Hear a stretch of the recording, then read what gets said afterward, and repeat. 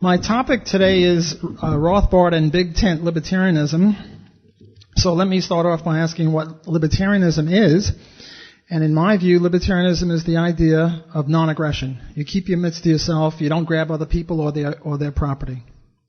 The other side of the coin, though, is property rights. Because suppose I grab Bettina's blouse or her wristwatch. Am I aggressing against her? You don't know unless you know what property rights are, because maybe she stole that wristwatch from me yesterday and now I'm repossessing it. So in order to tell the difference whether something is coercion or not, you have to have a theory of property rights. And libertarians have a theory of property rights based on homesteading and legitimate title transfer of buying and selling anything voluntary. Okay, so what is Big Tent? Obviously Big Tent is being inclusive. And the way I see libertarianism, this two sides of the coin, there are implications, like what's the libertarian view on rent control? What's the libertarian view on free trade? What's the libertarian view on unions? What's the libertarian view on this, that, or the other? There are 10,000 things.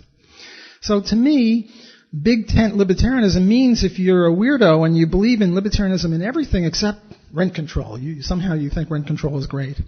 Okay, so you're a libertarian, I'm easy. It's a little weird, it's a little idiosyncratic, but what the heck, every dog gets one bite. That was Murray's view. Even a few bites. We're not randroids here. We don't insist on perfection of agreement on everything. You know, we have room for a little moderation. My own experience with Murray, I came to him as a minarchist and a non-Austrian. He was very receptive, very open. Murray has also had coalitions with the left, the Peace and Freedom Party, with the right, the Randolph Club. These people didn't agree with us on everything, but they agreed with us on some things, and on those things he was willing to have a coalition. So this is sort of the open tent kind of an idea. Why did I pick this topic? The reason I picked this topic is there's this famous politician running whose name I won't be sharing with you, but I will say that he is a warm-up act for certain libertarians. And a lot of libertarians are criticizing him. They're saying, well, he's a little imperfect on this, he's a little imperfect on that, therefore we can't support him. And that's why I wanted to pursue the Big Tent idea. You know, just how far do we open ourselves up to other people?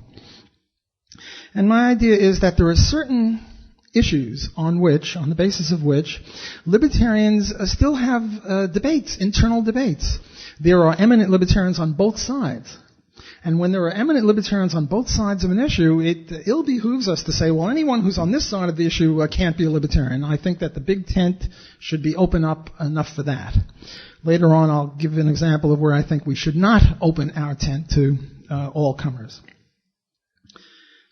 Let me give another argument in favor of open tent or big tent. We're very small, so on pragmatic grounds, it behooves us to accept people who are not perfect. We don't insist on perfection.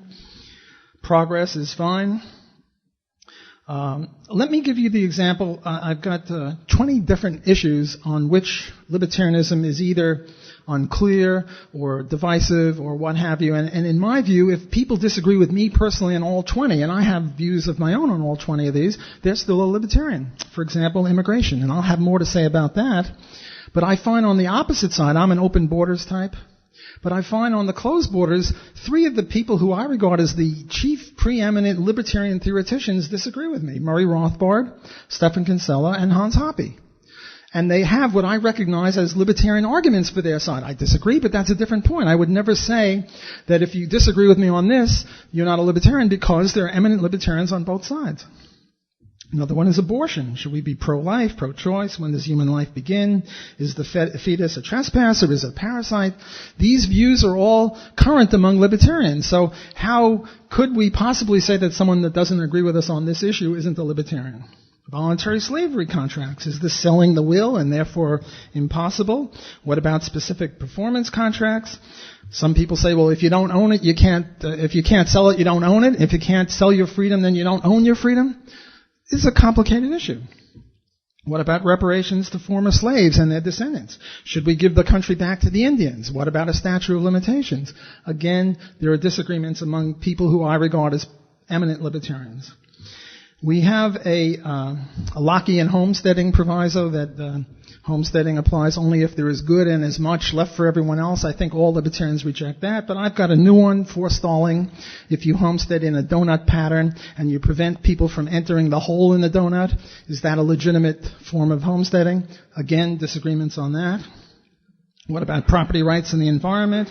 Intellectual property rights? Stephan Kinsella and Murray Rothbard disagree on this. I think if Murray were alive, he would agree with Stephan. I know Stephan turned me around on this issue, but it's a divisive issue. Then there's the justification of libertarianism. You see, the way I see libertarianism, it's sort of like a teepee or a tent. You got 6 or 8 sticks, and the long part of the stick holds the tent, and then there's this little bit extra up there. And these are the justifications of libertarianism. Well, there are various justifications. There's natural rights that Murray Rothbard started with. There's the Mises utilitarian argument. There's the Ayn Rand justification. There's Hans Hoppe's brilliant argument from argument or argumentation ethics. Libertarians disagree on that, and my view is we're all libertarians if we agree on the non-aggression axiom and property rights, and it really doesn't matter how you justify it. You sort of start from that two-sided coin. Another one is minarchism versus anarchism. There was the Dallas Accord, where people in the Libertarian Party said, well, look, we won't fight this one out. We'll wait until we get rid of 95% of the state, and then we'll worry about the rest of it. In the meantime, let's agree that there are both sides of this issue among us, and we're big tentists in this regard. Another one, should you take matching funds from the government? Is it hypocritical to vote? Is it seizing stolen wealth if you take matching funds? I just wrote about this in LouRockwell.com, and I got a barrage of criticism from within the libertarian movement, I regard. What about voting or not voting in political elections? Is this taking part? Is this supporting evil? Or do we agree with Spooner, no treason, where it's a defensive activity? Again, disputes, legitimate disputes. What about the U.S. Constitution? Certain politician supports the U.S. Constitution, although at lunch he said that it's not perfect. Well, maybe the Articles of Confederation are better. If you support the Constitution, does that mean you're not a libertarian? Ridiculous. Ownership of ourselves. We consist of nothing more than a sperm and an egg and a bunch of stuff from our mother. So why don't they own us? Why do we own ourselves? And obviously you can go back. This is an unsolved issue. If anyone's got a great solution, please clue me in on this one. Puzzle. Human shields. Suppose I take A and I throw A against B. They've each got a gun, but they can't shoot me for some reason. It's my example. They can't shoot me. Well, who has the right to shoot who?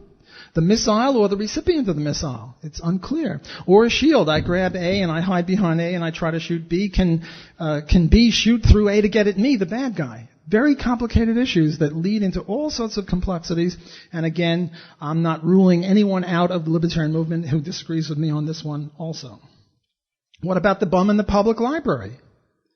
There's a bum who's sitting there and smelling up the place and no one else can use the public library. So one answer is kick him out. Another answer, wait. This is public property. We're against public property. Maybe we should root for the bum. Very, very complicated. Blackmail. I threaten that unless you give me money or go to bed with me, I will reveal to all that you take a bath with a rubber ducky. Did I commit a crime? Well, it wasn't nice what I did, but is it a crime? Complicated issue. Incitement. I say, go, burn, rape, loot, murder, kill. And you idiots go out and do that. Well, you morons are criminals, but what about me? I didn't do it. I just told you guys to do it. Well, if you have free will, it's your responsibility, but other people say, Stephan Kinsella and I find ourselves on opposite sides of this one, then I'm guilty too. What about yelling fire in a crowded theater? I wrote about that in Defending the Undefendable. I have certain views on that. Other people have different views. What about a quarantine for a dangerous disease? Is this an initiation of force against the person with the communicable disease? Or do we interpret that the person with the communicable disease is, in effect, a time bomb waiting to go off, and he is like a bomb, and we have to take defensive efforts against him? Complicated. Last one is punishment theory. I steal a TV. What should happen to me? Well, my view is very draconian. 2 teeth for a tooth. First, I give him my own TV. First, I give him back his TV. Then I give him one of mine. Then we charge me costs of capture. And then we charge me a scaring fee. Scaring means I scared him, he didn't know what he was going to do. And what's my scaring fee? I have to play Russian roulette, where the number of bullets and the number of chambers is proportionate to the scaring. Well, it's subjective. Maybe some guy wasn't too scared. He's Arnold Schwarzenegger. He fears nothing. So do I have a lower penalty? Again, complications. Okay, let me now consider in some detail the issue of immigration. There is this article written by Don Boudreaux, who is a professor of economics at the George Mason University, and he says one of the most bizarre developments in the last decade or so is the insistence by a small handful of people who parade under the banner of, quote, libertarian or advocate of free markets and say that the state has both the right and the duty to limit immigration. And he goes on to just rip this to shreds to the best of his ability, implying that the people who believe this are not libertarians in direct contradiction to the point that I'm trying to make, the big tent approach. Please, the people in the back, there are plenty of seats in the front. Come on down. Enjoy. Sit down if you want. Here's another quote from him. Indeed, say these libertarian skeptics of immigration, open immigration today is tantamount to forced integration. Now, this is roughly a reasonable summary of Hans Hoppe's position and Murray Rothbard's position and Kinsella's position. And again, my view is that they're wrong. I'm an open borders type, but I differ from Boudreaux in not dismissing out of hand as libertarian this. I regard this as a reasonable but mistaken libertarian argument. Here's another quote. First, to ask government to mimic the outcomes of a pure private property rights system, the idea that since individuals can exclude or preclude people from entry on grounds of trespass, is to come dangerously close to asking government to treat the entire country as if that country is private property of the state. What an irony. Well, we come back to the bum in the library. Should the government treat the library as its private property? And we sort of assume that if we had a private library, they wouldn't allow bums in there, so maybe the government shouldn't. The implication here is we shouldn't have any rules of the road.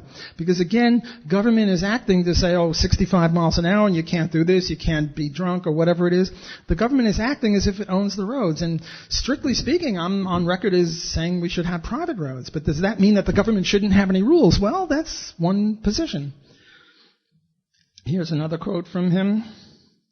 Likewise, allowing people to immigrate into a country is not the same thing as forcing citizens of that country to associate with immigrants.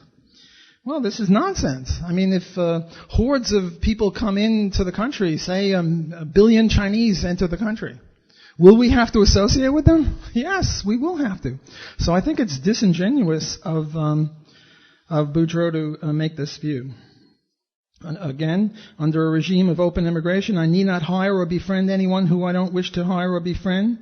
Well, you might not have to befriend them, but they might mug you or rob you or rape you or what have you. So to say that immigration has no effect is highly problematic. Then he says, an immigrant who receives no welfare payments engages only in consensual capitalist acts with those and only those domestic citizens who choose to deal with the immigrant. Well, but we do have welfare. One of my favorite TV shows is The Simpsons, and when Apu got his citizenship, the first thing he said is, where's the welfare office? Well, I don't know that everyone who does this will go on welfare, but the point is that they can go on welfare, and we have to make this decision right now in the context of welfare, not in some sort of idealized context where there is no welfare. Okay, I've now discussed cases of open tentism, one where you have one deviation on things that most libertarians would agree on, say rent control. Then I've given you a list of 20 things where I think that libertarianism is in a state of flux. We deal with complex legal realities, and I think that I once saw a sign, drive gently, when you drive. Well, I think we should ideologize gently. We should be gentle with people who disagree with us on issues that are not settled. But now, they say an open mind is good, but you don't want to have such an open mind that your brains fall out. Well, I'm now going to approach a case where I don't think we should have an open intent, and this is the so-called pro-war libertarians or the the imperialist libertarians or the warmongering libertarians or whatever you want to call them. The reason I'm not too open here is I regard this as a direct attack on the law of non-aggression. Now there's this guy Bill Peterson here. I think I'm going to go down and slug him. Why? Because he has weapons of individual destruction. He's got arms, he's got legs, he's got a cane, he could bop me, he's got teeth. He didn't smile at my jokes, so I regard this as a hostile act. So I'm going to go down and slug him. Now, am I a libertarian? Come on, give me a break. This is not exactly libertarianism. So I don't think that we have to have an open tent to include the pro-war libertarians, among whom are many critics of this politician who is my warm-up act, whose name I won't mention. I think we have to draw the line somewhere. And if people so pervert the very essence of libertarianism, the non-aggression axiom, to say that, because some little third-rate country 10, 12,000 miles away could maybe one day attack us, never has, never made any threats, we're going to go get them, that's a perversion of everything that we hold dear as libertarians. Bob Higgs is one of my good friends. I hope he'll regard me in that way. And I agreed with everything he said in his analysis last night about this idea of